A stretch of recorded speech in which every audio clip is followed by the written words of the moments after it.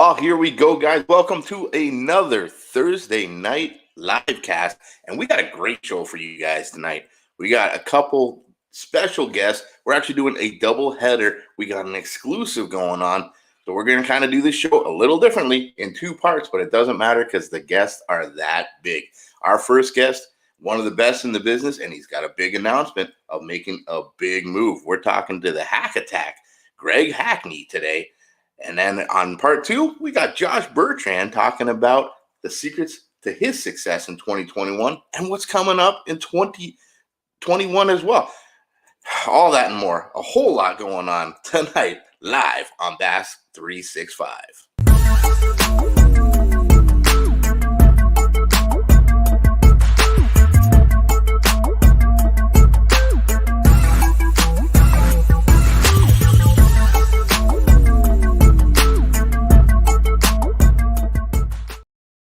That's right, guys. A huge special doubleheader show for you guys tonight on Bass 365's LiveCast. We got two giant guests. We got a lot to talk about. Our first guest, one of the best in the business, one of the biggest known names. We're going to bring him in right now because he's only got a little bit of time, but we got a lot to talk about with him right now. But of course, I'm Mikey Moser. With me, as always, is Ricky B. We'll bring him in right now. What's up, There's guys? Ricky. Happy Thursday, everybody. Ricky, we got a good show today, a real good show. I'm excited about it for sure. Lots of lots of cool stuff, lots of breaking news for sure. Breaking news, Bass just announced their schedule for 2021, but we want to get to our guests right away. This part of our doubleheader is brought to you all by Bass Mafia and their awesome line of tackle maintenance boxes and everything they got. They got some really cool stuff. Check out Bass Mafia, and we thank them for bringing this episode to you. But let's get right to it, Ricky, as long as you're ready. I know he's waiting in the green room here. Let's talk to the Hack Attack himself. Everybody, welcome Greg Hackney to the show. Hey, What's Greg. up, Greg? Ooh, you got some lighting problems, brother. We got a light right in your eyes. Yeah, I don't know what the deal is. It's, I think, the way the light's coming in on you. Let's see, hold on just 1 second. No worries. It's that Louisiana lighting.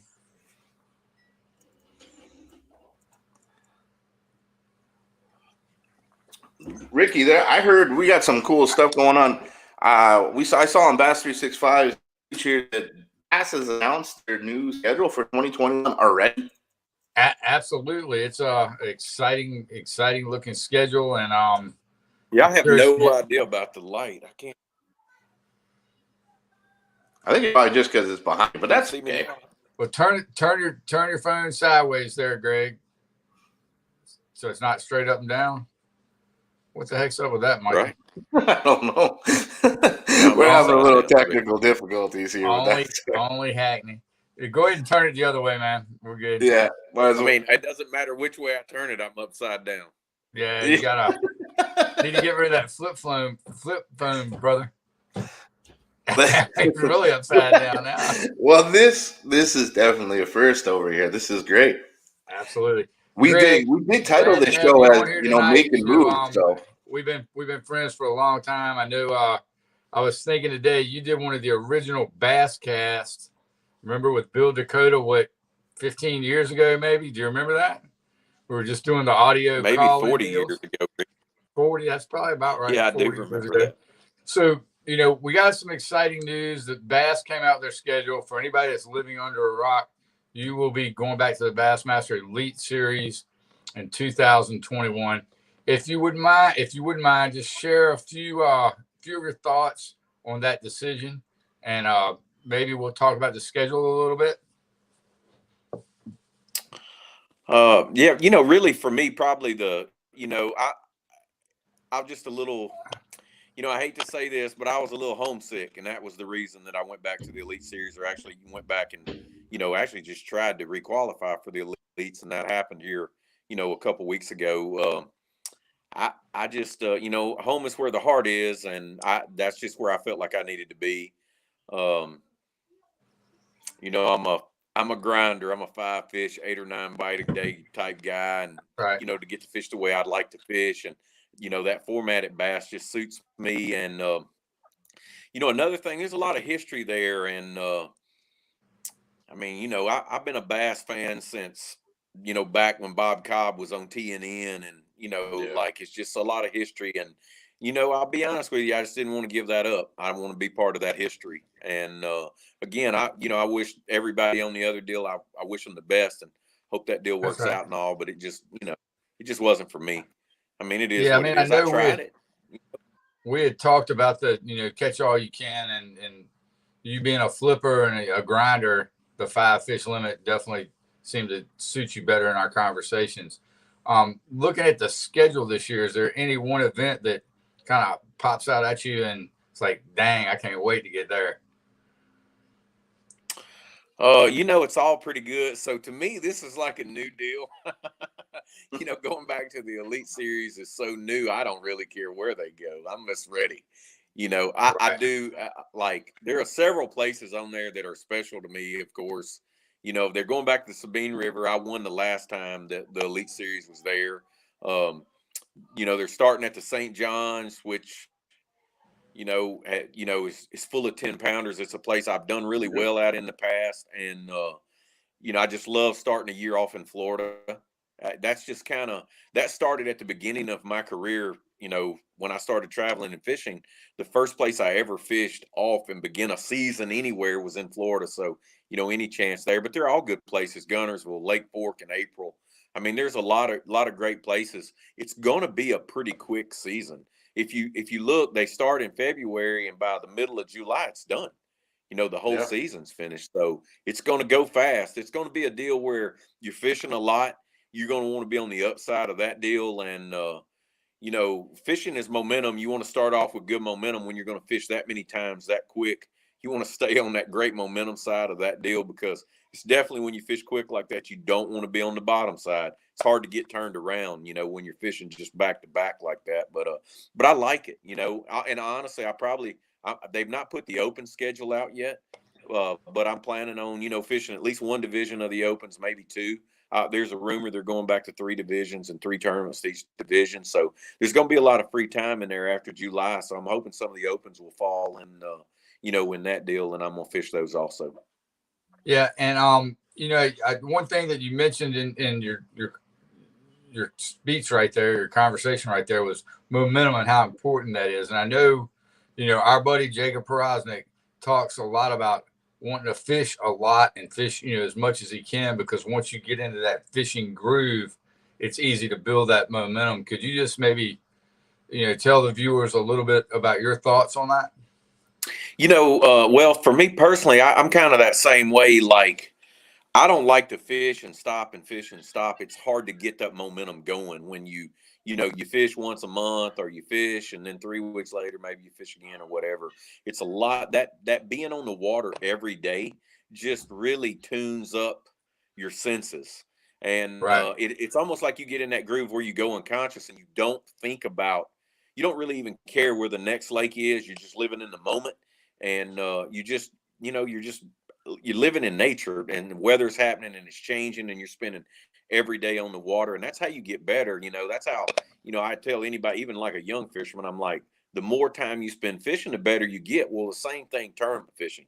You know, when you're out there a lot like that, and you're not having a lot of downtime, you don't have time to think about everything else going on in life. You just think about fishing, and you just totally get focused. And you know, for me personally, like, I've always really done the best. Like, back in the day when I fished Bassmaster and the FLWs, and I was fishing every week somewhere.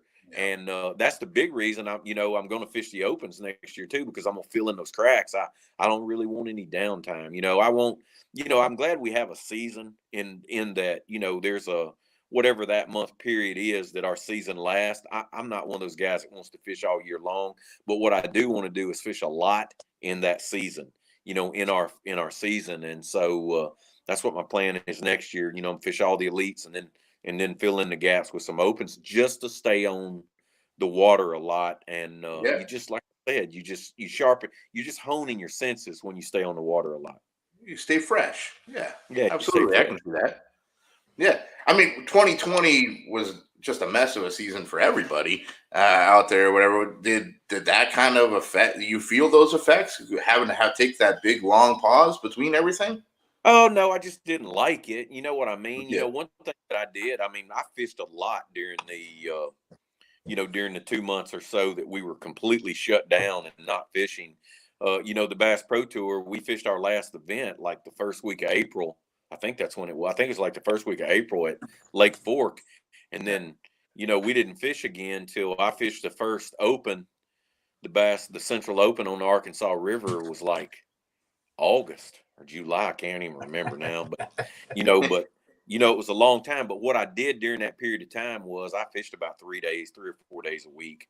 I mean, I fished a lot. I learned a lot. It's a pretty cool deal that my son and I fished a lot during that period of time. And I learned a lot about fishing at home because I don't fish it. I do most of my fishing at home either like in the fall, like in November, realistically October, November, or January. And so all the rest of the year I'm always gone. So I actually got to fish the shad spawn at home, got fished the tail end of the bass spawn, and it was pretty cool because I learned a lot because I don't even fish at home during that period of time, So That's right. yeah, I never stopped fishing this year. I mean, I fished a lot. I felt like that was the best thing for me, and a lot of people, because the boat ramps were full. There were a lot of people coping with that whole pandemic deal on the water. Was the best deal. We got a lot more fishermen now than we had before this. You can't get much more social distance than that. So I'm kind of going to jump around here a little bit. Bass Mafia, do we expect to see anything new from Bart and those guys this year? Have you heard anything about anything there? Actually, I can't tell you what it is, but I actually saw a brand new item today. Bart sent me a picture of a new box they're working on. It's really cool. But, that whole deal, we started off in that deal with, bulletproof tackle boxes. And of course, we still have bulletproof storage and all different kinds, from jerk baits to big plugs to whatever. And, it was kind of that deal when we started. You didn't think that, you made those boxes that good. You really couldn't make them better, but they definitely have, and even going from the color boxes now to the same material, but they're clear, Right. and that's the thing. That's the cool thing about those boxes. A guy spends so much on tackle. I mean, you buy jerk baits out there that are $25 and plugs, and then you're gonna put it in a $10 box and protect it. You know what I mean? It's almost like buying $1,000 rifle and putting $100 scope on it. It's really a waste to do that. Right. So definitely, you spend all that money on tackle. It's nice to have boxes and storages. And one of the things to me, this is so funny. You know how fishermen love a plastic bag? Well, nothing beats a money bag. I mean, it is by far the best plastic bag. It's not really plastic, but I mean, you know what I mean. It's not like a Ziploc bag, but but just all the storage at Bass Mafia is great to protect your tackle, from the terminal coffin to, whatever you're putting your plugs in. But, and this is a deal. I have tested them. I have dropped them. My tungsten box probably has, I don't know, 50 pounds of 50 pounds of weights in it. And I've dropped it multiple times and it will hold up. But yeah, Bart's got a new box. It's got some new type of foam in it. And, I can't tell you too much about it, but it was pretty cool. He showed it to me today. But they just, they're innovative. They're just trying to stay on top of the tackle world because this is the deal. There's always new baits coming, and so the tackle system has to cover that. So they're staying on top of that. That's pretty awesome. I'm sorry. 2021, still with Gamma next year. Gamma fishing on. Yep. So if you could maybe, we've done so many videos on it, but I think we've got some new viewers on here. Maybe just touch on Gamma and why you choose Gamma over the other lines out there. The deal is this is a funny story about Gamma. I was at the Top Gun World Championship, which was a deal that Bass Fan did years ago. I can't even remember what year it was. Anyway, I was number one in the world. 1954, I think. What time? 54, I think.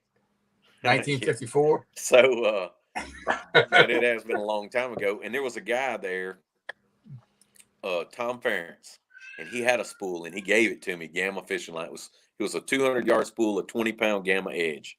And I can't remember even the fluorocarbon I was using at the time. And I was like, he sold me on this deal, how good it was. And I was like, whatever. I got to test it. You know what I mean? Fishing line is something that's got to be, it's so important. You know, it has to be tested. So I remember spooling it up after the, after he gave it to me, and I went flipping with it. You know, it's 20-pound test, and I'm like 20-pound test, I would not put on a rod longer. At that time, I would not put 20-pound fluorocarbon on a rod that was longer than 7 foot because I was going to break it, setting the hook. And so I spooled it up. Actually, I spooled it up on a 7.3 rod, and I fished with it all day and never retied it, never broke it. And I mean, I swung on it. Then I just go to the point where every time I set the hook, I'd try to break it. And I didn't. And this has been, like I said, a long time ago. And the line has not changed. I've been using it ever since. It is by far the strongest, best fluorocarbon on the market. Yeah. So this is the deal. There are things that you can cut corners on. You cannot cut corners on fishing line, especially when you make your living with a fishing pole. I mean, that is the most important thing out there is my fishing line, because that's what connects my bait to me and to the fish. And, that's the difference between me getting that fish in and losing it. And man, anybody who knows me knows I like to manhandle them. And that's one thing about Gamma, you can manhandle them. And I don't care if it's, if it's the 6-pound test and I'm drop shotting, or it's, I'm flipping with 25 or 20 or whatever. I really don't use 25 a lot. Most of the time I use 20. And I feel like if I need anything stronger than 20-pound gam, I use braid, but yeah, I can't say enough about gam. I've been using it a long time. It's, I have buddies who use it and they don't go through fishing line like I do. They just spool it up at the beginning of the year, and they never put new gamma on their rod until it gets low in the spool. It's not a deal where you got to spool it up every day and put new line on. It's not that type of line.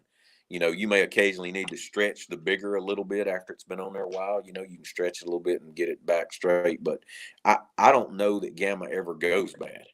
You know what I mean? Like, you could leave it on your spool for a whole. Well, again, I have friends of mine that do that. They tournament fish with it, and they leave it on there all year long and never re-spool it. It's a different fluorocarbon.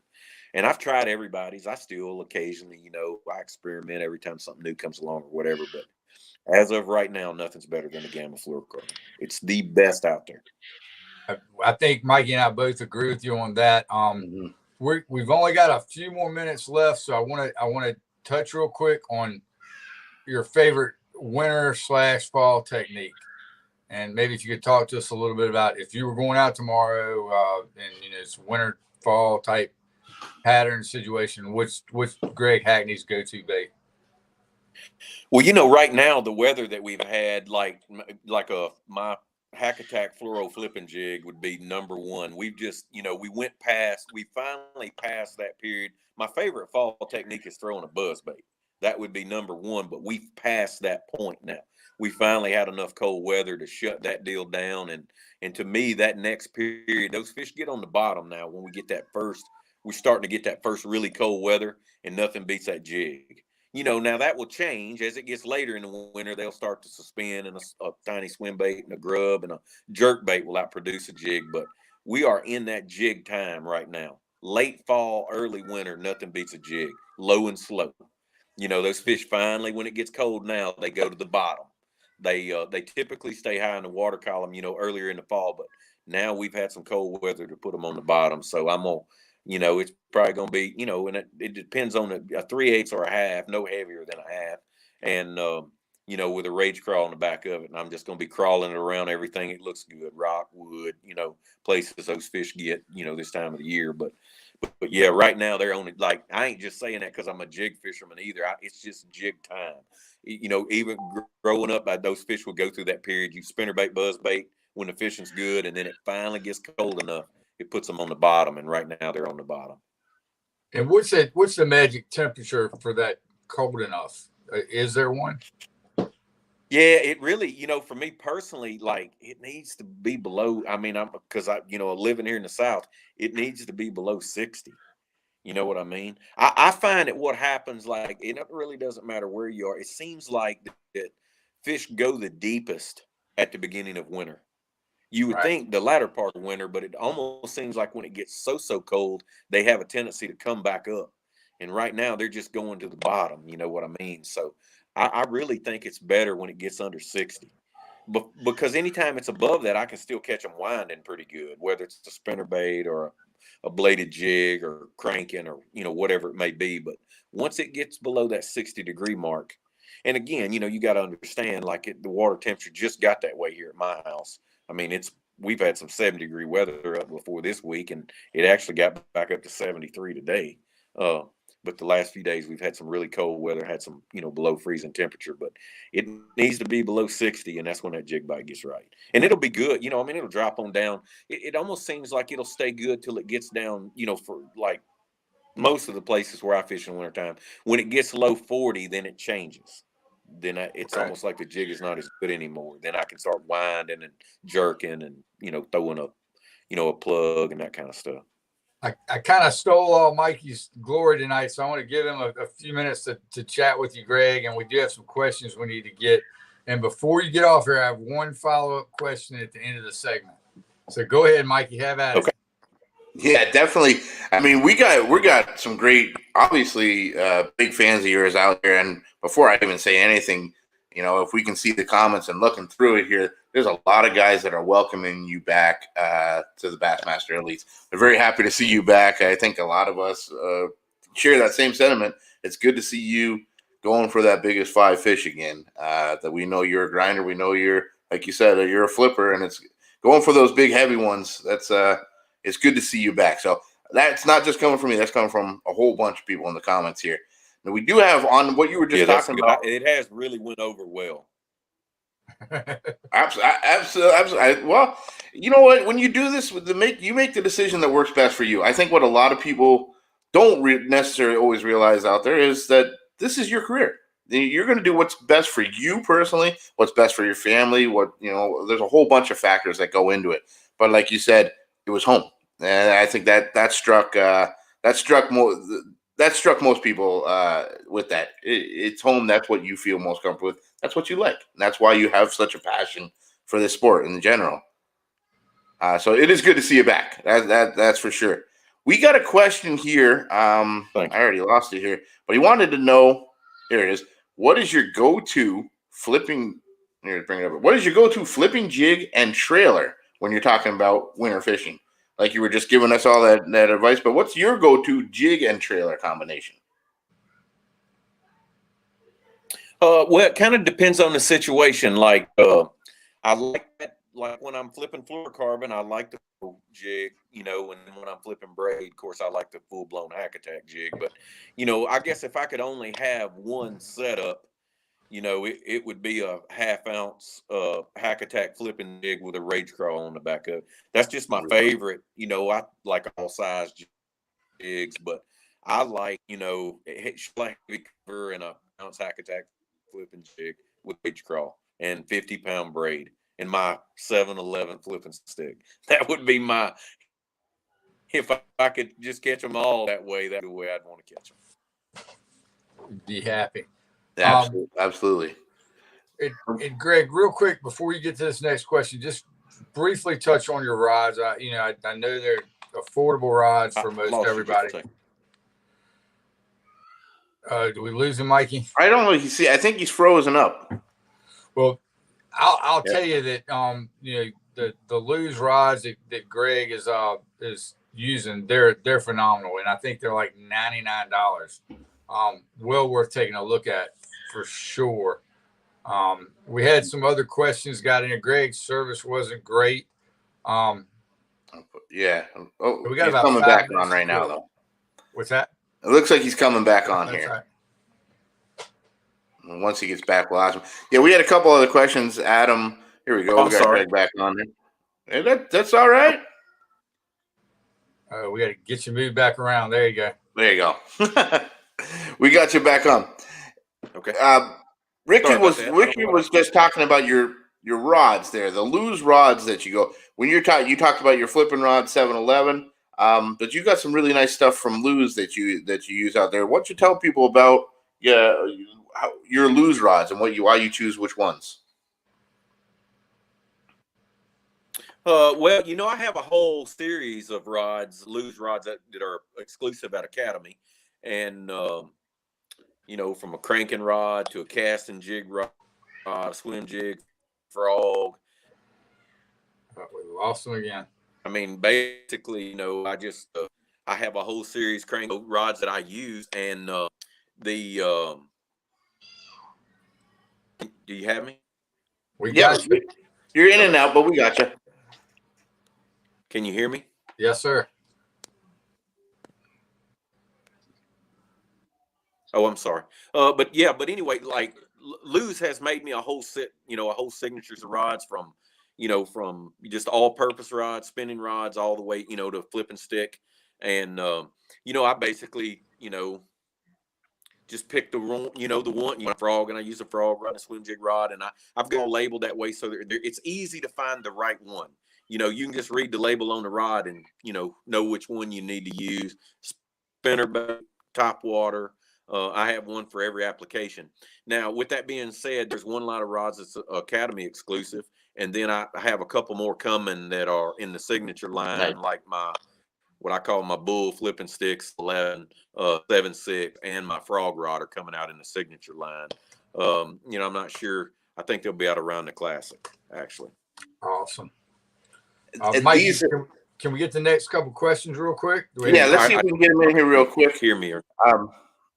Okay. Nick is asking us. He's curious on what you're most excited about going back to bass from the Bass Pro Tour. I think. You know, probably the biggest thing is just. So I'll tell you one of the biggest things that's different it's a lot of difference looking for 50 fish and looking for 5. And I think I can slow down a lot more and go back to practicing the way I used to. That's one of the biggest changes I had to make in the Bass Pro Tour was in the way I practiced, and I didn't like it. It seemed like it rushed me. I seemed like I rushed around a lot more, and I wasn't. I don't know. I wasn't as methodical as I once was. You know what I mean? If it makes sense. And I'm excited about being able to go back and having those 3 days of practice and being able to do me and just be me. I can't really explain that, but I didn't really even know. So the first case in point. So I had forgot how I practiced until I went to the Arkansas River for that first Open in the Central this year. And so the deal is I've spent a couple days practicing in one area and had some fish going or whatever. And I went to another area the next day and I had one bite. It was a big one. And I would never go on one bite. It was a 6-pounder. I would never go on one bite in the Bass Pro Tour. I would have to have an area that I knew that I'd gotten 10 or 15 or 20 bites in, if that makes sense. Because of that 5-fish limit, it allowed me to fish for a group of fish where I'd only had one bite. And so after the first day, I'm leading with almost 19 pounds. That's what I want to do. I don't want to always have to have 50 bites in an area to know it's good. I want to be able to go on one bite. And I used to do that, and I wasn't able to do that. And so that's probably the thing I'm most excited about, if I explain that in the right way, is just, you know, taking a place apart, not necessarily just having to look for a bunch of fish. I like to fish for quality fish. I don't necessarily have to be in an area where I got to catch 50 of them. I want to get, again, like 7 or 8 bites or whatever. And I don't know, and fish the areas of the lake that are not the most popular. Right. And you can do that in a 5-fish limit, and you can't do it when you're fishing for 50. Makes sense. I don't want to, you know what I mean? It's just, I want to slow down and be me, and I'm going to be able to do that next year. You know? Absolutely. I mean, it's going to be tough. I looked at the schedule. It's not going to be easy. You know, I know that. It's going to be tough. I'm ready. You know what? I mean, I'm very motivated. It's a funny thing. Coming back to bass has really motivated me. Well, hey, Mikey, we got our next guest on. We got a bunch of questions we didn't get to, Greg. Maybe in the next couple of weeks we can get you back on for a whole show, and we'll do nothing but a Q&A. Let's do it again. Yeah. So my last question before we have to go. That sounds good. We'll get together and do it. What's the best place we stayed in Florida this year? Jeez. You know where I'm talking about. That's a loaded question. You say the best place I've stayed this year in Florida? Is that what you said? In Florida, where you and I stayed at the same campground? Yeah. Yeah, that's the We'll worst place I've ever stayed in my life. we'll leave it at that, and we'll elaborate that on that some on the next show when we have you on. Maybe we'll even try to find some pictures of the place because it was awesome. Yeah, it's lucky I didn't get snake bit, Rick. Or something bit. All right, then we'll talk to y'all later. Greg, thanks, man. Yeah, thank you so much, Greg. It was a pleasure, and I know I'm really looking forward to seeing you tear it up on the Bass Elite Tour one more time. Thanks again, Greg, and we'll definitely have you on again soon. Peace, brother. We'll see you.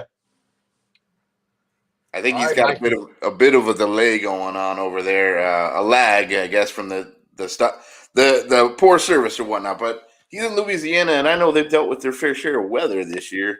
I'm sure they got a cold front like everybody else going through. So, but our next guest is on tonight. Guys, if we didn't get to your questions with Greg, we apologize. We were doing the best we could with the service that we were dealing with. But you guys have some great questions, and keep them coming. Don't stop, because our next guest is in the green room today, and we're excited to talk to him right now. We're talking about, I call him Mr. Consistent, because he's sitting up there at the top all the time. And I made a bold prediction earlier this year that I think 2021 is going to be a banner year. This is the cat I say you all should be watching. I'm excited to bring him in. Ricky, you ready to bring in our guest? Absolutely. Bring him on. Here we go, guys. We're talking Bass Pro Tour angler, boat bling. We're talking everything with Mr. Josh Bertrand. Here he comes. There he is. Josh. What's up, guys? What's the word? Josh, how you doing, buddy? Well, I hope all your listeners saved their flipping and jig and big rod and big line questions for me. They probably didn't want to ask Greg. They wanted to ask me. And I hope they asked him all the finesse stuff. That's right. That's right. What's going on, brother? Happy Thanksgiving. Merry Christmas. Glad to see you. Glad to have you here. Yeah, thanks. Thanks for having me on, guys. This is exciting to be joining you guys. I'm hanging out, man. It's been the last month has been really good for me. We had our last cup tournament for MLF. It's probably been about 3 weeks since I've been home, so been enjoying the family, been enjoying this weather. You were talking about, just now about that weather they've had down south in the southeast this year. It's been unpredictable, and Arizona, it's been so hot. I mean, it was a record-breaking summer out here, and now it finally feels like winter. So I'm enjoying that. I don't know exactly where you are in Arizona, but did you deal with any of these fires? Did you guys get affected by any of that stuff out there? I live close enough to Phoenix myself, where the fires, they're not going to threaten where I live, but man, a lot of the places where we like to recreate in the outdoors, they've been burned up the last couple of years, man. It's been a brutal couple of summers here in the whole West, but even here, man, we've got a mountain range close to my house called the Superstition Mountains, and it's a massive mountain range. And last year we had about half of them burn up, and there's no way to fight these fires because the terrain is so intense, so like they burnt up halfway, and we finally had some rain, I guess, to put them out, or they burnt out. And then this summer the other half of them burnt up. So I mean, everything will come back, but man, it's been a wild one. But thankfully I live close enough to the city where I didn't have to worry about the safety of my family or anything. What about the ash? Did you get a lot of ash, like where you are, your boat, your car, your truck, your house? It's weird, because you see that in like California and the Northwest a lot, and we didn't really deal with a lot of that either, man. I mean, we were, I'd say as the crow flies, I was probably 25 or 30 miles at the closest to some of the fires we've had, but we didn't get any of that. I don't know why. Well, I guess if you did, you're probably one of the better guys to be able to deal with it, because we do. This show is this is a perfect segue, by the way, being brought to you. This portion brought to you by Boat Bling, of course, and their awesome lineup of sauces here. So if you had to happen to deal with those ashes, I think you have a product or two in your trailer there that would be able to take care of that, wouldn't you not? Oh yeah, look at you guys getting the logo up right away like that. That's pretty professional. We don't mess around. 100%. Yeah, I've been using this stuff. I've been using Boat Bling for so long, man. I met those guys probably 10 years ago when I was just a team tournament fisherman, and just trying to get my start in the sport. And they were in their infancy years too, man. They were coming to our tournament weigh-ins, peddling the product, and just trying to get their feet off the ground. and it's been crazy to see them, grow. But that's it's one of the products, all their stuff, but especially the hot sauce. Anytime I bring it up, I get people jumping in saying, "Oh man, I love that stuff. I love that stuff. That product." I mean, it speaks for itself. Yeah, it absolutely does. And the new green sauce, I've been using the green sauce at the boat dealership quite a bit, and it really does work on the mold and mildew without a lot of effort. And once you get it clean, it keeps it clean. So I would definitely check the Boat Bling lineup out. I can't wait to, I guess I shouldn't say I can't wait to put that to use, because that means I'm not going to be dealing with mold, but I'll be ready when I get to the Southeast next year for sure, man, because a lot of times I leave my boat. Living in Arizona, I have to fly back and forth to a lot of the tournaments. It's almost impossible for me to, if we have 1 week off, I can't drive home from, say, Alabama to Arizona and then back to Florida. So I'll be using that product a lot to not necessarily treat, but just to prevent mold on a lot of the surfaces of my boat, man. It never fails, guys. Like, if I have to fly home, the day before I fly home, like the last day of the tournament, it pours down rain, and then I have to cover my boat up and leave it covered, soaking wet, wherever I leave it for a week, and it's a disaster when I get back. Right. Looking forward to the Bass Pro Tour 2021, and I know the question that Mike and I both have: are you fishing the Big 5 Pro Circuit and the FLW, the Bass Pro Tour? It's fun. I told everyone I knew that I was going to do both, and I wanted to do both, and I still want to do both. But when I looked at the two schedules on top of each other, it was just too difficult living where I live and I've got a 2-year-old and a 4-year-old at home, and it just didn't work out this year. Hopefully that opportunity exists in years to come, and I think it will. And, hopefully things line up a little bit better and easier next year, because I want to do it. I've really, really had a great time fishing those super tournaments this summer. And, I like fishing all tournaments, man. I'll fish any tournament I can get my hands on. And the fact that, FLW and MLF are blended together so well, where, they work around each other tournament schedule wise, where you can fish both. It's a great opportunity for anglers, but it's just it was a tough one for an angler from Arizona with 2 toddlers at home next year, but maybe the following.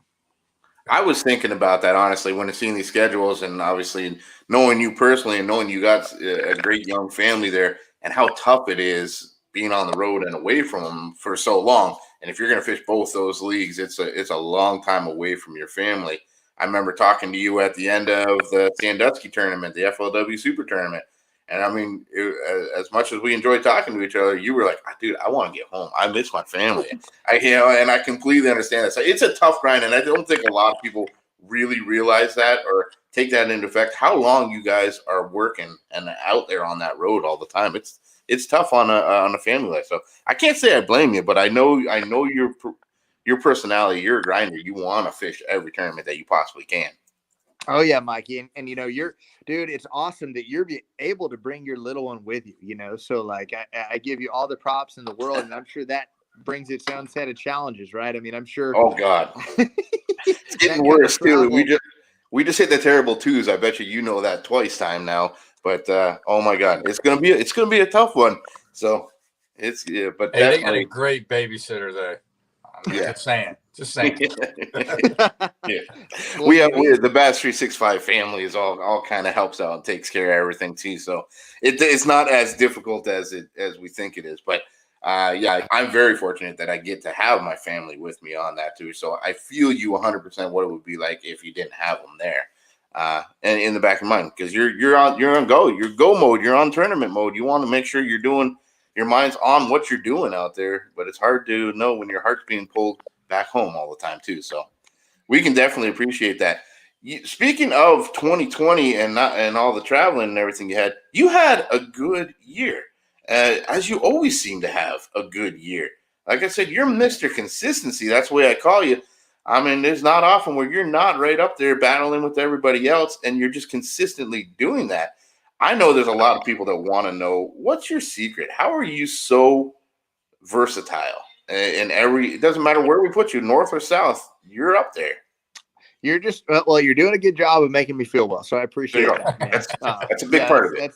You guys are nice to your guests, so that's awesome. But you know, honestly, man, it's one of those things that I still work on it, but you know, yeah, being able to, you know, be a confident angler with a lot of different techniques is huge, right? Like the days of being a specialist in one thing or another are pretty much over with if you want to be a consistent angler and really have a long career.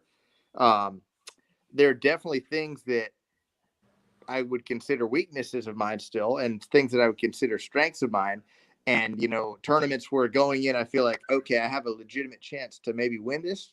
And then some tournaments, I'm like, please God, just let me get a check and move past this week, you know. But I don't know. It's for me, it's there's not one thing that makes that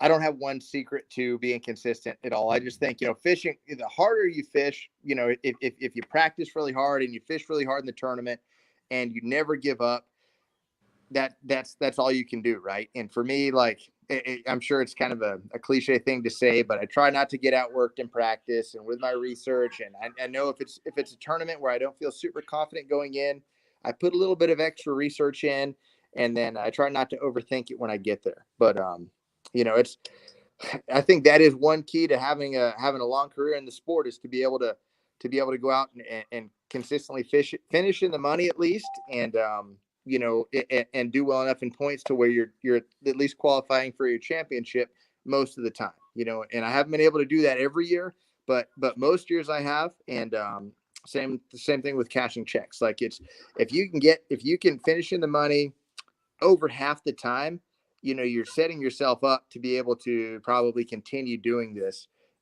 you know, for an extended period of time. That's right. That's right. I see a lot of guys in the leagues, all throughout all the leagues. You know, you got those guys that show up and win the big show, and then you don't hear from them for a long time. And then they show up and win that big show again, and you don't hear them from a long time. We hear from you all the time. There has been several tournaments this year where you were right up there. You were number one leading into that last day or whatnot. And then, you know, it just couldn't quite pull the trigger. But that is my prediction for this year. And as I've said that for 2021, you know, I have definitely said it. I put my money on you, Josh. I have put my money on Josh Bertrand. You are pulling the trigger this year. All you right, are going there. Well, there's a couple places in that you're a smallmouth factory when I talk about it. Honestly, there's a couple Great Lakes that are setting up that I think are setting up great for your style and your personal strengths out there. So I think this is going to be the year. And if it is, because I've said this, just remember, I was the one that said that. Okay, that's all I'm saying. Don't forget Mikey out here. I never will, Mikey, but I appreciate the confidence, man. If I'm ever like in a tough stretch of tournaments, I'm going to make sure I come on this show and get pumped back up by you, because I'm ready to go catch a fish right now. Thanks to you, man. I'm ready to go kick some butt because of you. Josh, is there any one particular venue that you're looking most forward to this year? Well, you know, of course, like Mikey's rattling off the Great Lakes tournaments, and I'm beyond ready to go up there. You know, just the last 3 tournaments of the year next year on the Bass Pro Tour schedule, they're going to be crazy. I mean, you've got St. Lawrence River, Champlain, and Detroit River, which is like St. Clair, Detroit River. They're all going to be amazing. The Thousand Islands tournament, the St. Lawrence River, is going to be probably the highest weight tournament that we've ever seen in Bass Pro Tour competition. It's a little bit different time of year than we've ever been there, but, you know, it might make it really interesting for the viewers to watch. It'll be something a little bit different.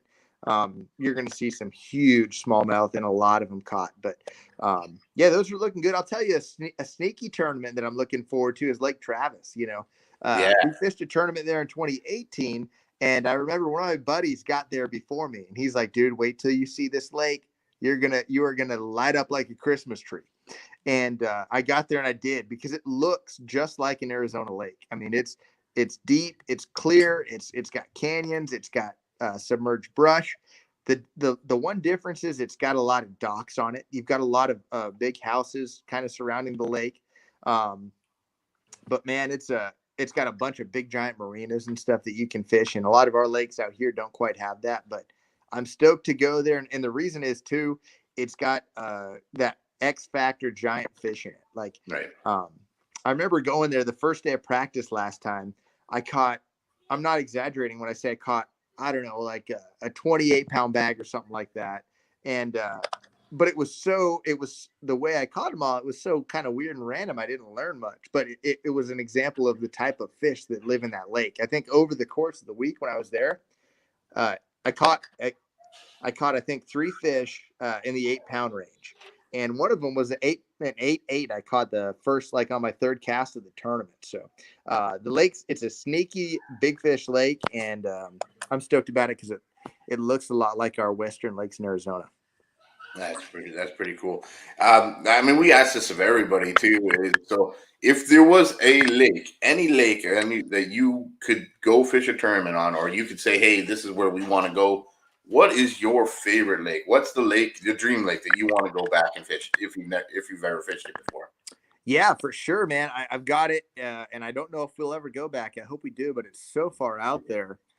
I just don't know if we'll go back. But Lake Oahe. Ricky, did you come to Oahe a couple years ago? Yeah, I was there. Yep. How cool was that area in general? It was awesome. Have you ever been up there, Mikey, to South No, Dakota? I have not. I've not made it there. You went to the Badlands this summer, didn't you? I did. Yeah, we were up there. We went all the way up to the Badlands. Well, we in North Dakota. What is that? The big national park up that way. But my wife's Amanda's family's from North Dakota, so we really went up there for her birthday, but couldn't not go to the Badlands when you're up there. I've never been to Lake Oahe myself. It's the same. I mean, it's the same part of the country, right? It's just beautiful, man. It's amazing. It's this mass. It's one of the biggest lakes we've ever had a tournament on. It's completely it's untouched, man. If there's one lake in the country that's untouched, it's that one. It's full of big smallmouth, which obviously I like it for that. It's just crazy, and it's just beautiful, man. I mean, I remember thinking leaving, like, man, I hope I get to come back to this place at some point in my life, and I hope it's for another tournament. There was talk, I believe, that was the lake. I mean, when the COVID crisis was happening and everybody was up in La Crosse, and there were all the Michigan ones going to get changed, and there was talk that it was possibly going to go there. So I was pretty excited because I was already up in that neighborhood anyway. But hopefully, maybe we can get there. You're the first one out of all the questions we've asked, people that we've asked that same question. You're the first one that said that lake, so I appreciate that. That's pretty cool. Yeah. Hey, has there been one lake that they say over and over again? Clear Lake. Ah, there you go. Right on. That's cool. Yeah. Like that's got to be 7 out of 10. Say Clear Lake. No kidding. How about that, man? Leave it to the Western guy to not say Clear Lake. Well, I think that's probably, we did this whole West Coast swing basically, and that was pretty much probably why it was the most common answer. But I've been waiting for somebody to say, like Orange Lake in Florida or something like that, But no, everybody wants California.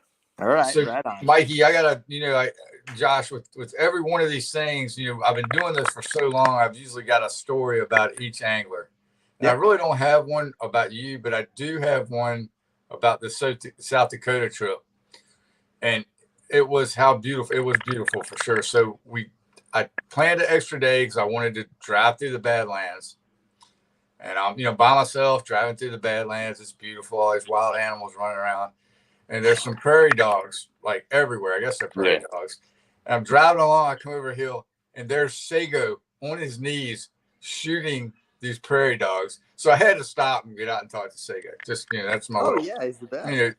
Everybody you run into in the Badlands of South Dakota, I run into Sago, arguably one of the best, fishing photographers on the planet. Oh yeah, anyway. Hilarious. I had something I wanted to do, and I didn't. Unfortunately, ran out of time or whatever. But I mean, we've been following your career for, I think, 2004, somewhere around there. I think, is that when you started? So I started fishing full time in about 2009, actually. But 2009. I made the elites in 2013. So that's when I started kind of fishing full time, back east, touring professional. So it's 9 years already. So I'm already starting to feel a little bit old. Well, the one you've always been consistent with your winnings and everything like that, but there's one common thing that you've had ever since the beginning, and that's sitting right here. This beard. You have I have not I tried I'll try to find pictures, old pictures, and I wanted to put it up, and so we can guess where this was or when it was. I could not honestly find a picture where you did not have this exact same beard here. I'm actually coining the phrase now. That's the Bertrand. This is the Bertrand. Look there. Right. Trademark. I like it. Dude, Yeah. I think my wife is actually sick of it. But I'm so deep, man, and like, yeah, I don't think it's going anywhere. I've got a pair of sunglasses that I helped a company design, and they're in Walmart. The company's called Nines, and they've got literally the image that they've got on the sunglasses case is my beard. So like, at least while those things are still out, it's not going anywhere. But when when I'm at home for extended periods of time, you guys can say I work on my neck beard a little bit, my mustache. I go from shaving every day to about once a week. Yeah, definitely. Well, we're going to talk a little bit about what we expect. We know you had a great year in 2020. 2021's coming up. We talked about where we're going and some of the locations. Is there anything new for 2021 that you're involved with? Any of your new sponsors? Any new products? Anything that you can talk about that way? It's been. I'm thankful to report there's not much change going on in either direction for me next year, right? So like, as crazy as this year was, I'm just thrilled that like pretty much all my partners that I've been working with, everything's just business as usual. We've survived the year, and we're going to go into next year with the same look that we ended this year in. So I'm stoked about that. There may be one or two little things that I'll be able to talk about here in January, but really, I'm thankful to get through this year. It was a great year. The companies that I work with, like Berkeley, for instance, you look at the success that anglers had with their products this year. It's been such a massive year. Like, they're just doing everything they can to keep products on the shelves. And, we're all thankful for that. You got to keep, and they're innovating and coming out with new products, and I've been helping them work on and test a bunch of new products. But yeah, man, as crazy as this year was, like, I'm thrilled to just like start next year in the same position I started this year. That's about it. I guess that's that old "if it ain't broke, don't fix it" kind of thing. So it's working. Everything's working well out there. And yeah, of course, you mentioned Berkeley. God, can you get any better than that flatworm right now? I mean, can you find them? Are they on stock? Are they on shelves anymore? Or they're still hard to find, man. I mean, if you can find some, you need to pick them up. It's one of those things that as soon as they become available, you need to buy enough for next summer, because you know what's going to happen again when you get close to the summer. So like, in the summertime, I'm always stocking up on stuff for the winter, and in the wintertime, I'm always stocking up on stuff for the summer. Because if you try to, in this environment we live in now, I mean, you guys know it. It's Right. Oh, and Berkeley's not alone. A lot of companies are just like, the sales have been so good with so many new anglers getting into fishing, and then so many folks getting into the outdoors with this crazy year that we've had. It's just hard to find products. So looking ahead, I'm looking at tournaments that I'll be fishing in June, July, August, and trying to load up for it now, because who knows if they'll be caught up by then. It's a good thing if they haven't. It means that a lot of anglers are still getting out and fishing and buying fishing products. And absolutely. Josh, the while we're on Berkeley, everybody knows, if they follow any fishing at all, they know the dominance of the flatworm. But isn't the key really MaxScent? And can you speak a little bit to MaxScent? For sure. I always start this by saying I'm not a biologist. I don't know why it works better than everything else, but you just can't argue with the results. And I can tell you how big of a deal it is, because by the amount of times I get bit when my worm is not moving. And like you just said, the flatworm it's a part of it, but the MaxScent's the biggest thing. Like, a lot of the other shapes work really well. Like, if I ran out of flatworms and I had to go into a tournament, but I could still use a flat nose minnow or a hitworm or one of the other shapes, I would be pretty much just as confident, because it's still MaxScent. But like, I can't tell you guys how many times I've caught fish when I've set my rod down to get a drink or do something, net a buddy's fish, just tinker with something, and I stand back up on the deck, pick my rod up, and a fish ate it when it was laying on the bottom. And that can happen. I mean, everyone's had that happen, but it happens a lot when I'm using max scent, and big fish too. So, yeah, and same thing fishing in crowds, like a lot of times I've been fishing in crowds, and you just end up catching more than everyone else around you. And you're like, God, it's not because I'm a better fisherman. I think they just bite this better.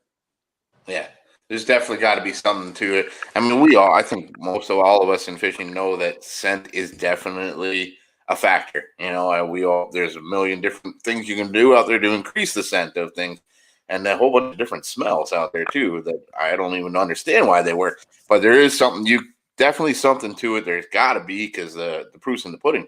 We've seen how well everybody's doing with them, and anybody, if you've never had a Berkeley bait that has max scent in it, go buy one and open it up. You smell it for yourself. There is definitely something to that smell. And I guess bass love it. There's no doubt about it. Yeah. Every year, I'm always like the stinkiest guy at ICAST because I'm doing videos for max scent all day long. And then I got to go out that night. And I always have to get back to my hotel and shower because I've been handling max scent all day. And I know I smell nasty. Oh, that was it. I didn't want to say anything, but that's what it is, dude. It's the max scent. Yeah. So, and we got one last question on that. I know in the past it was Berkeley gulp was the big thing for smallmouth, and max scent, and correct me if I'm wrong, is basically gulp, but it doesn't dry out the way gulp dries out, right? Yeah, Am I correct in saying that? We're getting over my pay grade, and you're somewhat correct, but you're also somewhat incorrect, dude. And I couldn't tell you all the differences in the formulas, but because max scent, if you smell gulp and you smell max scent, they're two different scents. Right. Gulp still works great. I still like that. I like that 3-inch gulp minnow. I throw it all the time. I've got gulp spray scent in my boat, and I spray baits all the time. If I happen to be fishing a bait that doesn't have power bait or max scent, I'm spraying it with that gulp. But they're different. But you're right. You are right as far as it doesn't have some of those kind of properties that people weren't super high on with gulp. Like the biggest thing was the fact that it would dry out. Another thing would be that it's a little more firm, right? So it doesn't have quite the action that a regular power bait would have. Max scent seems to be a good combination of, it's got the action that the regular power bait plastic has with the scent, and it's also got it doesn't dry out, so you could leave it on the boat deck for days and it's not going to shrink or dry out. So, yeah, all right, Mikey, you want to try to get to a few of these questions for Josh? Yeah, one of the things that we definitely wanted to talk to you about, I mean, we know how good you can do out there all year long, but it's wintertime. It's cold here. I don't know what it's like in Arizona, but all across the country, everyone's kind of dealing with the people that are still able to fish. How about some winter techniques, some winter secrets? I'm sure you got a bunch of them out there. I know we got Michael Gladden here. He's asked, what are you throwing this time of year? What would you say to that? Thanks for the question, Michael. We do a lot. I fish all winter out here. I'm not much of a hunter, so I just continue fishing when the season's over, and I do it for fun. And I enter local and regional tournaments. And Arizona is a little bit different than some of the rest of the country, but there's a lot of similarities. And I fished winter fished enough in other parts of the country where I feel like I've got a decent feel for it. And if I had two baits countrywide, they'd be a jig and a crankbait, without a doubt. A jig, a football jig, probably, with something like a chigger craw for a trailer, something that doesn't have like too much action, somewhat compact, got that scent in it. That jig is probably the best big fish bait, and I'm fishing it around rock. That crawfish is such a big deal in the wintertime. And finding warmer rocks, right? Like sun bakes on those rocks all day long, and they hold a lot more heat than other types of cover, right? They always say like hard cover holds more heat. So rocks, pieces of wood, stuff like that. Really big deal. Now, if I had another bait, I would say a crankbait. And if you're fishing somewhat clear water, a deep diving crankbait, something like a dredger from Berkeley, and if you're fishing dirty water, shallower running crankbait like a frit side, the frit side 5 specifically has been a really big deal over the last couple of years. It's really taken off, and it's a flat sided crankbait that catches fish like a flat side, but fishes more like a plastic bait as far as like it casts a lot better. It's just easier to fish and they hold up right. Like you know, any balsa wood bait is prone to cracking, Yeah. running inconsistently, and that fridge side is just perfect right out of the box, good to go. So, but the cool thing about fishing in the winter is you can take a lot of the techniques that like you ever get on the water and you're like, man, I could catch them on like 10 different things today. I don't know what I should start with. Well, in the wintertime, there's like 3 choices for you. So it makes it a lot easier. And if I had just 2, it'd be a crankbait and a jig. There you go. That makes a lot of sense to me. That sounds great. We've also got a couple more here. John Pilcher Fishing. He's asking, how about Grand Lake? You were talking about the other lakes. Grand Lake for the red crest. Were you able to scout it, or is it off limits? Or are you going in there blind, or do you know it well? So that's a good question, man. You know, I've fished, I think, 3 tournaments there. I've had 2 decent tournaments and then 1 poor tournament there. I fished a classic there in 2016. It was a similar time of year. It was actually the first week of March. So it was a couple weeks later than what this is scheduled for. I'm not going to go pre-practice it. It's a 1-day drive from Arizona, so it's not the end of the world. But the fact that I've been there, 3 times, and also pre-practice that classic. So that was another trip. So 4 times there. I'll probably just show up and fish. I'll do a lot of research, make sure I'm as prepared as possible, but I don't think I'm going to pre-practice it. It's going to be a tough tournament. I mean, anywhere you go that time of year, you're going to see guys really battling to catch fish, and that makes it fun. You know, the rest of the schedule is kind of a slugfest. So it's nice to have one tough one where guys are going to be going out there trying to catch 7 fish, trying to catch 5 fish, trying to catch 9 fish. You know, it's a tournament. Grant's got some big fish, so it's not going to be one of those tournaments where you see a bunch of 2-pound on the dot fish. You're going to see a guy catch 7 fish, 7 really good quality fish, and they're going to take you far. So, I mean, I'm stoked for it. It's going to be an awesome tournament, but living in Arizona, man, I'm an absolute wuss when it comes to cold weather. So I'm dreading that. And I'm already loading up on hand and body warmers. And here's a tip for all the listeners. If you're like me and you're not good in the cold weather, I had a buddy in Tennessee tell me this years ago. So we all wear long underwear, right? When it's really cold.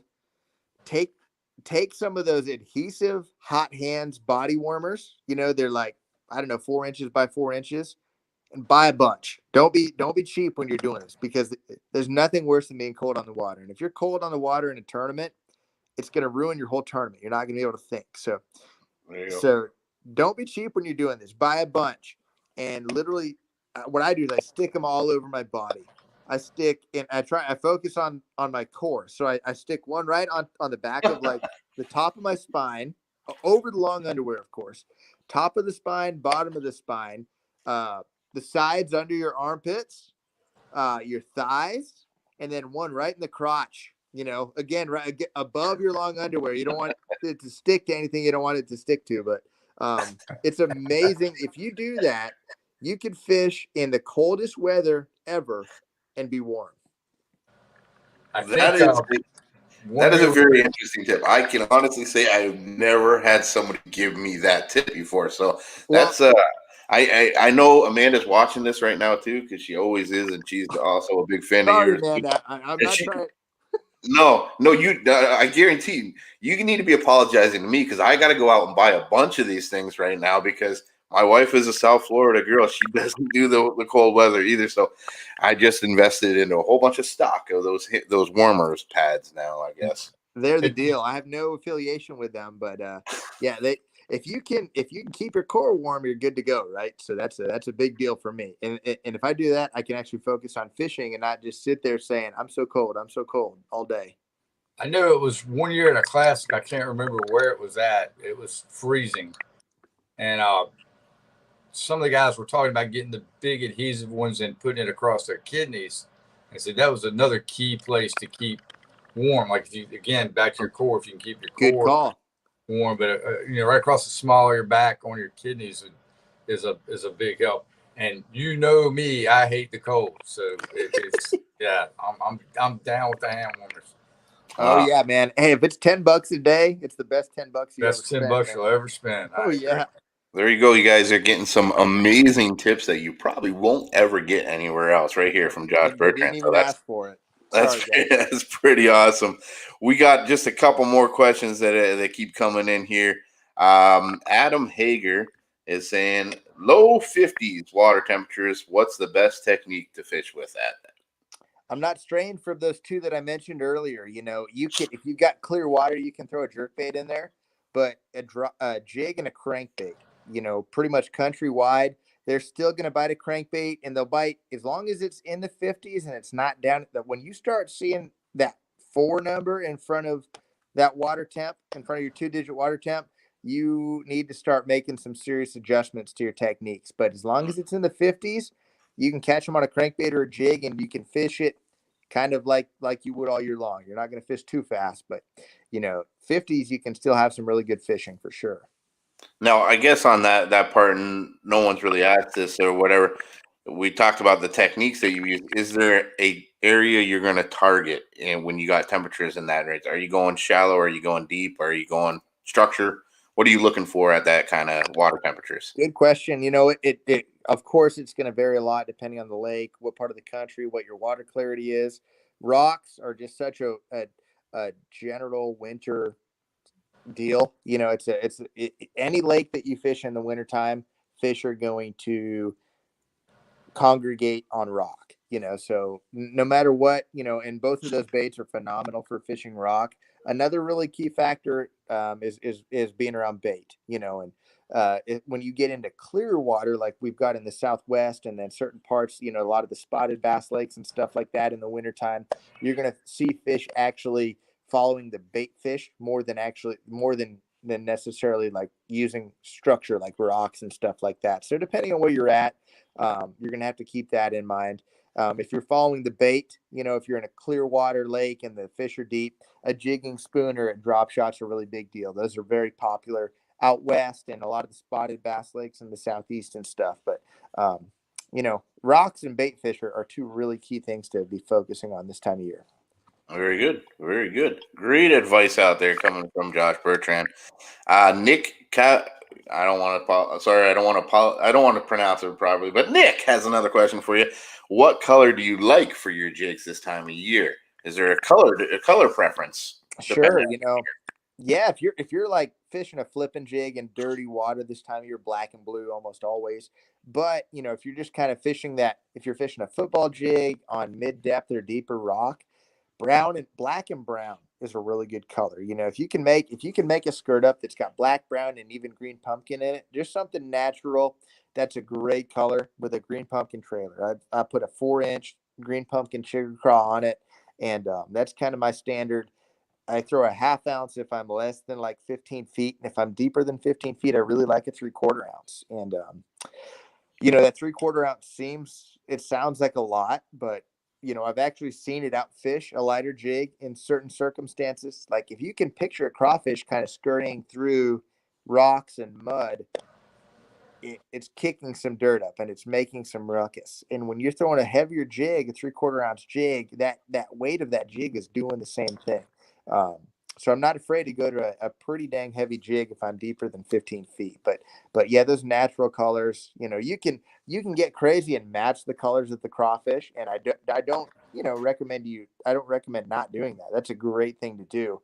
But for me, I'm going to invest my time more in trying to find the fish and focus on what the fish are actually doing than worrying about getting my color precisely to the exact shade of the crawfish or whatever. And that's kind of how I look at things normally too. Like my bait selection is much more basic. I would rather focus my efforts on finding the fish. There you go. There you go. That's some more great advice there. Your execution and your presentation might be a little more important than just the color itself. For sure.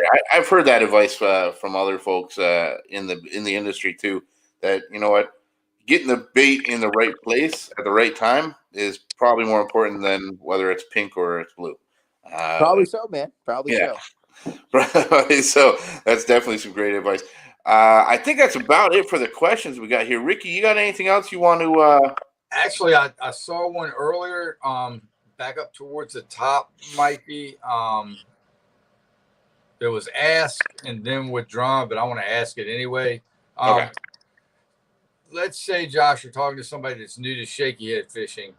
Can we get like a basic rundown of setup, rod, reel, bait, hook, and how to fish it? Yeah, for sure. I would say you're going to get guys that'll tell you to use, of course, it's a spinning rod, but you'll get some guys that tell you medium, and some guys will say a medium heavy action spinning rod. The case for the medium is it's going to be a little bit more sensitive. You're going to have a little bit better feel, right? So, the rod itself is a little bit lighter weight, so you're going to feel the bites better. The advantage to the medium heavy is when you do get a bite, you get a little bit better hook set, and you might actually stick a couple extra fish that you would maybe miss on the medium. Me personally, I like the medium action. I've got a really basic setup. It's a Abu Garcia Revo 30 spinning reel, any of their Revo reels, either an SX, a Premier, an MGX, but a 30 size is perfect. It's what I use on everything. And then a 7-foot medium action Abu Garcia spinning rod. Same thing. Whatever, whichever the rods you like, Veritas, Veracity, Premier, and then braid to a fluorocarbon leader. So I'm using 8-pound test, Trilene X5, braided line with an Alberto knot, tying it to a leader, fluorocarbon leader, 8-pound test, Trilene fluorocarbon.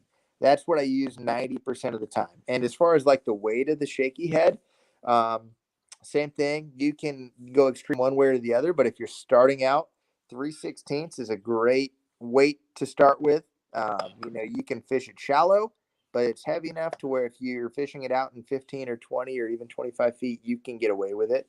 And then keep it basic on the worm. I like a Berkeley bottom hopper. It's a 6 1/4 inch worm. Green pumpkin is a great color to start with. A color I like a lot is sprayed grass. It's kind of a green color with some pretty flake in it. And if you're in a little bit dirtier water, go with a darker color, something like June Bug, and they make also a color called Ike's Magic, and that's a really good color in dirtier water. It shows it's darker and it shows up a little bit better. So you can keep it basic, but if you're buying shaky heads, you can buy Ace. I don't throw a lot of 1/8 ounce. I throw a 3/16 and occasionally a quarter. Buy those two sizes. Buy a couple packs of 6 1/4 inch bottom hoppers and start with that. Sounds great. You mentioned braid to fluorocarbon leader. About how long of a leader would you tie on generally? I keep it I keep it the same across all my spinning rods. I use about a 6 to 8 foot leader. And I don't like that line coming in I don't like my knot that connects the fluorocarbon braid in my reel when I cast. I like that knot to be out of the reel. That way it can't hang up, especially when you're dropping like straight down. You don't want that knot hanging up on your line. So I like to have that knot outside of the leader, 6 to 8 feet, and you can usually get away with retying once or twice before you have to change your leader out as well. That's a great bit of advice right there on leaders, because I know a lot of people have that question. How long of a leader you tie? I get asked a lot, man. Yeah, I bet. I get a lot of folks like they come to my boat, either guide clients or co-anglers or whatever, and they might struggle a little bit with their line giving them fits, and a lot of times, man, it's from having a leader that's too long. You don't want it too short, because if you go too short, what's going to happen is, of course, the fish are more likely to see your braid, but you're also, say for instance, you've got a 3 or 4 foot fluorocarbon leader. There's not a lot of shock absorption in that 3 feet. When you set the hook, there's no give in the braid. So you're much more likely to snap your leader line if it's too short. Now, if you've got a 6 or 8 foot, there's a little bit of stretch there. And if you set the hook a little bit too hard, or, just whatever, there's a little more forgiveness there. So when I get below 6 feet, I'm retying the whole leader. 6 feet. That's great. And would you say that's basically the same set of rules for any leader situation, whether it's a drop shot or shaky head, or is that generally the rules you go by? On a spinning rod, 100%, man. Like, Okay. if you're doing it with a bait caster and you're using heavier line, it's a different story. I've used short leaders for that before, for certain circumstances, like a topwater or something, where you're using a monofilament leader and that leader's 17-pound test. You can do it short. But on a spinning rod, yeah, man, for sure. I mean, it goes across the board: spy bait, drop shot, shaky head, wacky rig. I don't like the knot in the reel, and I like it to be at least 6 feet long. So 6 to 8 feet is a great length. And always an Alberto knot, right? Yeah, I like that one. I'll be the first to admit, I've never taken the time to learn the FG knot, but I've had zero problems with the Alberto knot. It's been a great knot for me. If it breaks on the water, I can retie it in 1 minute. And, that FG is a little bit more of a complicated knot. So I know once you get really good at it, you can retie it on the water. But hey, man, I mean, if we got 5 minutes left in a period and I break off, I would rather be retying an Alberto knot than an FG knot. And I've got full confidence. I knock on wood, I've never lost a fish because my Alberto knot broke, ever. And I've been tying that knot for like 8 years. So it's a great knot. Yeah, I mean, confidence is key in just about anything you do. So you got confidence in it. Again, if it ain't broke, don't fix it, right? I hear you. I mean, I don't know. I think I'm going to stick with it unless someone shows up to my house and demands on teaching me the FG knot. I'm gonna stick with the Alberto. Yeah, I'm kind of in the same boat. Ricky, do you tie an FG knot? Do you know how? I'm old and blind, so I have whatever my kids tie for me. That's just it. I've tried it, and I'm fishing by myself. That leader needs to be like 20 feet at the start of the day, so I have a foot left at the end of the day. Ricky's tying a swivel to That's right, his lines to each other. Right. He just goes the old snap swivel. It's just easier. And Josh just joins on right in with the rest of them, but that's okay. Because we love you, dude. I did have one thing I wanted to say real quick. I came across it today on the Major League Fishing Facebook page. And this is, we've been having some fun. This is kind of serious though. They're going to have a International A-Mart Appreciation Day on Saturday. We all know and love Aaron. He's going through some really tough times and some struggles. Just would like to invite all of our fans, all of your fans, Josh, to say a little something special about Aaron, and maybe drop an extra prayer to the natural, because he is truly an amazing human being. That's awesome, man. I appreciate you saying that for him. He's such a good guy. I grew up idolizing him from the West Coast. He was like, he's any young angler that grew up in the Southwest, especially, just wanted to be like Aaron. And I still do, man. I can't tell you how cool he's always been. He's the nicest guy, the most genuine guy. And, yeah, you're totally right, man. I'm sure he would appreciate everything everyone's got to say, and a lot of people have good things to say about him. He's a great guy. While we're on it, your fellow boat bling pro Cody Meyer has said the same thing. I've heard him say it to Aaron, that he grew up idolizing him as a young angler. So that just how much of an impact Aaron has had on the sport is truly amazing. And again, I can't say, he's a friend, and how good of a person he is. It's just unbelievable. So yeah, let's all band together and raise some up for Aaron. Absolutely. I'm actually rocking my Aaron Martin shirt here right now. That was actually just a fluke. I love the shirt, so I was wearing it anyway. But absolutely, Aaron's a great guy, and you know what? We're all a big family out here, no matter what. All you anglers, like, whether you grew up idolizing each other or not, you have become family. You're all brothers, and all the families get together at the same time. So we're all here for you, Aaron. We're all going to do the best that we can and pass that word along. So, folks, if you haven't done it yet, go on and get in there and do your best to help show some love and show some support to Aaron Martins and his family out there. We all love you, buddy. All right, Mikey. We've had Josh on here a while. I know he's got some little ones that probably are getting ready for bed and bath, maybe. Merry Christmas, Josh. We'll have you on whenever you want to be on, man. Excellent guest, great Wi-Fi. So you're welcome back anytime. Yeah, the Wi-Fi is key, man. Hey, do you guys care if I plug my podcast real quick? No, absolutely. absolutely. That was the next question I had for you. Go ahead and let us know. Where can we get more of Josh Bertrand out? Yeah, well, hey, thanks. And I've got to have you guys on as guests too this winter before we all start traveling again. But, of course, it's the normal social media, Instagram, Facebook at Josh Bertrand Fishing. And about a year ago, I started a podcast with a couple of my buddies here from Arizona called Anglers Happy Hour. And, it's similar to what you guys do. We keep it very light. We talk very little like actual fishing news. It's more just kind of the stories that you would tell around the campfire or at the bar with your buddies after the tournament. If you guys like podcasts, which of course you do, you're listening to this one, and this one's phenomenal.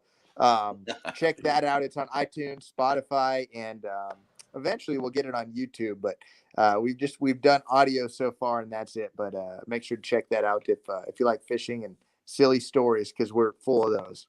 And I know we had talked about, I think, the last term about grabbing those podcasts and posting them over on Bass365 along with our app. So we'll be looking forward to that coming later on this year.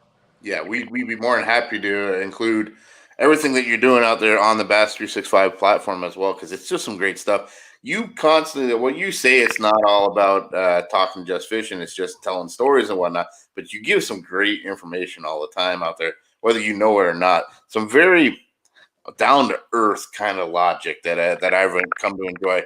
I remember like little videos that you did on just the track line on your boat, on how you approach a spot and not spook the fish. That's almost seems like it would be common sense, but it's not to a lot of people out there. So great information that you put out there. Very, very educational and a whole lot of fun. Great show. You guys definitely got to check that out. And we will hopefully very soon on our app, that I believe that's where we'll probably put those podcasts out there for everyone here too as well. But nonetheless, we got to have you back here. This has been good. Like Wi-Fi is king, and it's hey, let's do it again soon, guys. Yeah, and let me know, guys. Let me know. I'll come on tomorrow if you want. Absolutely. Maybe we'll have a combo show with you and Cody, and y'all can talk wacky rig fishing or something. My favorite. Yeah, both of you guys are pretty renowned in the spinning rod market there, so I think it would be kind of cool. You know what? Better yet, Ricky, let's get them next sometime. Let's get them on the water against each other. Do a live. We can do that. We can absolutely do that. Yeah. Cody and I are competing right now, guys, in fantasy football. We're in the same league. Oh no! And, we talk more fantasy football than fishing. Every time we talk, it's 90% fantasy football and 10% fishing. I haven't talked to him since right after Thanksgiving, but that him and Carrie both had COVID. Not a big deal. They had like mild symptoms. Cody said the biggest thing was he didn't have any taste. But want to think about those guys. Think about everybody that's battling whatever battle you're battling right now. Just go fishing. Go fishing and have some fun. Yep. Yeah. We're lucky to have it, man. We're lucky to have the outdoors and fishing to escape to, and I feel bad for all the folks that don't, man, because I can't imagine how rough things have been this year for folks that don't have the escape that we do. It's fishing has saved us all so far, man. I agree. Absolutely. Honestly, that's exactly why Ricky worked so hard on the app that we have now, Bass365 Live. There is so much clutter in this world out there, especially on social media. This is an app made by anglers for anglers, and now we're hopefully going to have some more good stuff on there with Josh's podcast too as well. So awesome! That's love it. You guys let me know, man. All right, Josh. Merry Christmas, man. I'm going to let Mikey go on and wrap this thing up and bring us home. But tell the family we said hi. Hope you guys have a wonderful Christmas.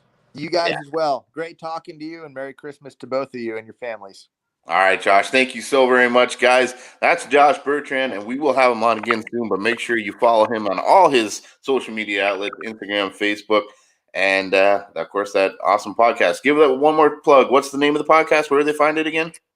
Yeah, thanks. It's the Anglers Happy Hour, and it's on iTunes, Spotify, anywhere you would listen to a audio podcast. Soon it'll be YouTube, but and soon Bass365. But there you go. Right now, there's the main audio podcast platforms. Thanks. That's right. Sit back, relax, listen to some good talk, and bring your own drinks. That's all there is to it on that one. Right on. Well, hey, we'll see you guys. Talk to you soon. All right, Josh. Happy holidays to you and your family, buddy. Have a good one, man. There we go. Wow. Awesome show one more time. Again, Mikey, best show ever, I feel. Though we have a little business to take care of that we missed. We didn't get Josh to ask. We got a question that came in a little bit later on after we had kind of finished up taking them. And I think you and I both probably have the ability to answer it. Yeah, sure. Favorite flipping bait? You being in Florida, you flip a lot, so why don't you go first, and then let me see if I can follow it up with anything. Yeah, I mean, Jesus, there's a lot. I have multiple boxes for different techniques, and my flipping is no different. I have got at least 4 or 5 boxes full of different baits, and they're all for different. It depends on the cover. Honestly, or what I'm targeting, how heavy it is, how thick it is, if it's more open, like kind of like laydowns or whatnot, or if it's rock piles, like you can flip just about anything and anywhere. It's just close quarter combat. I tend to personally look for something that's got a bigger body to it, a thicker body to be able to hold a bigger, beefier hook, and not a lot too many appendages. The longer squirrely appendages and dangly legs and everything, the more it's got on it, the more tendency it has to get caught up and not get through the cover as easily. So I like sleek profile, but thick body baits, kind of like the Missile Baits D-Bomb. That's one of my favorites out there. Berkeley's got the Pit Boss. It's just incredible. It's just great for everything out there. Those kind of deals. And X Zone's got some great stuff. I love the X Zone baits, and I've been really getting into these grande bait ones, these Mega Claws and the Cross'em, or I forget what they call the other one, Crazy Craw or something like that. Really great baits. Again, nice big thick bodies to hold a big beefy hook, because I like a big hook rather than a small hook, a big flipping hook, and something that can punch through heavy cover if I need to get that. That's me. What about you? So mine is like super simple. Other than flipping grass mats, I'm going to go with a 5/16 ounce weight, a 3/0 worm hook, and probably a crawfather would be my go-to, flipping, pitching, your boat docks, wood, anything like that. You're in Florida, a lot of grass, a lot of lily pads. I'm in Virginia. We fish a lot of tidal water. Right. And that 5/16 ounce weight is kind of like an in-between weight that seems to work in any level of tidal flow, pretty much. So I keep it simple. Of course, it's going to be a Tatula Elite 7-foot rod and a Tatula reel with Gamma fluorocarbon. And all the stuff you hear about the Gamma fluorocarbon. I've been working with Dale for 10 years. Been working with his pros for 10 years. And what you hear about Gamma is true. Absolutely. It is by far the toughest line I've ever used. And even talking to these pro anglers, which they use line on a daily basis, where I may go if I go once a week, twice a week, that's a good week for me. But you don't have to change the line. So when you go into the store, you'll see sometimes Gamma may be a little bit more expensive, and I think Dale talked to this when he was on the show. But you don't have to change it. You can spool your line up. You don't need to change it till it gets low in the spool. So in the long run, you're saving money. I've got one other quick plug: Boat Bling. Anybody on your Christmas list, please check out Boat Bling. It's not just for your boat; it's for your car, it's for your RV. We use the green sauce in the showers here at the house. Once you get it clean, you spray it down when you get out, it stays clean. It's all environmentally safe. They support the sport we love, the anglers we love, so we need to support them. Yeah, absolutely. And this was a special show. We did a double header. We had 2 different guests on here, but we were brought to us by some great sponsors out there. Bass Mafia makes those bulletproof boxes, some of the most innovative tackle management, tackle storage systems out there that are literally bulletproof. And then, of course, Boatling. So, guys, we're setting that out there. Send them some love. Check out Boatling products. Check out some Bass Mafia products, and give them a big thanks from Bass365 for us. I got one more thing before another revolution that I just had. Oh. Mikey and I have been talking about having a guest on from time to time to talk to their favorite pro angler, or talk to whoever the guest may be that particular night. And we were kind of struggling with how to do it, with how to come up with a guest. You know, we don't want to have somebody put their phone number out on the internet or whatever. But what I'm seeing is we've got, you know, some pretty loyal followers here. I'm recognizing a lot of the same names. Right. So if you guys are interested in being on a future show, drop us a DM on Facebook or you know, any of our platforms. Yeah. And we'll see if we can line that up, and, you know, maybe even put in there what pro you would like to, if you had your dream pro to talk to, let us know who it is, and we'll see if we can arrange that, and you know, have our fans on the show interacting with the pro. I think it's a great idea. You know, Bass365, what you started all those years ago, Ricky, is to bring everybody all the news from the professional bass fishing industry. But it's not just it's for everybody. It's so you guys, the fans, whether you're a pro or not, we all enjoy that information. And I come in, we're all fanboys. So I think it's a great idea here. You know, I still get a thrill. I know you guys still get a thrill being able to talk to some of these guys. I know it's got to be a great thrill for some of you guys to be able to sit down and do it. So what we're talking about is some way to come up with a methodology here to get you guys on the show with your favorite pros. So we're going to try. We got all the pros. We know them all, and I'm sure we can get them all on here at some point or another. So let us know. Send us messages in DMs on Instagram or Facebook, I guess would probably be the easiest way. That way we're not broadcasting your phone number up here on live for the world to see or anything like that.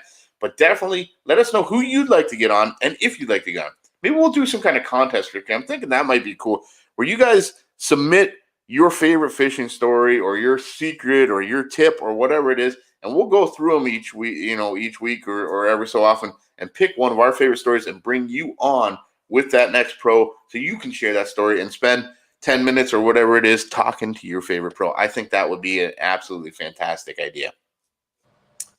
Hey, what's up, Brent? How you doing, man? I know you're loving the gray, man. I'm assuming that's a friend of yours. It is. So anyway, guys, you know, another great show. Mikey, excellent job tonight. Thank you very much for taking care of all of it. The numbers are growing. The fans are asking great questions. If you want to be on the show, drop us a message. We'll get it worked out. Yep. You got to take care of all the business part though, because it's over my pay grade. Yeah, that's fine. We can handle it. We'll figure it out. And my wife is really good at that stuff. So that's it. I'm the editor and whatever else. She's great at scene stuff. That's going to be fair. I think it's a great idea. And I just a way we want to make sure we're giving you guys the best content that you can have, but also keep you involved. Get you guys in here. And what the heck? Who would not want to spend some time with one of their favorite pros right out here right now and ask them whatever you want to do. I see G-Man. Swindle, we are definitely going to have Swindle on here. We talked about that several times. It's just a timing thing, but it's coming. It's definitely coming. So, Brent, you want to make sure you send us a DM. I know you know Ricky anyway. Send us a message and let us know, when you want to do that. And we'll see if we'll let you know when we can get you on there for sure. But guys, this is a lot of fun, and it's only going to get better from here the more you guys get involved, and that's exactly why we're doing it. So make sure you're following us on Instagram. Make sure you're following us on Facebook, the website, bass365.com, but most importantly, the app. get the app. We talked about it a little bit out here today with Josh Bertrand, but Ricky spent a lot of time on this. We've designed a new social media platform just for anglers, right? So it's the Bass365 Live app. It's a free app. You can add it on your iPhone, on your Android. However it is, just go to your app store, type in Bass365 Live. And not only are you going to get all the great information that we got going on in Bass365, our live broadcast should be on there at the show, but there's a social media feed on there where you can share your stories. You can brag about your biggest fish. And there's also great avenues on there where you can sell the products that you want to sell. You can buy the products you want to buy. You can show off your boat. You can sell your boat. It's just a whole great world. There's a lot of clutter out there in the world, a lot of confusion, and maybe a lot of stuff we don't even want to see. So why not have an app that's made for anglers, by anglers, where we can all share it all together? So that's the Bass365 Live app. It is out there now. Make sure you check that out.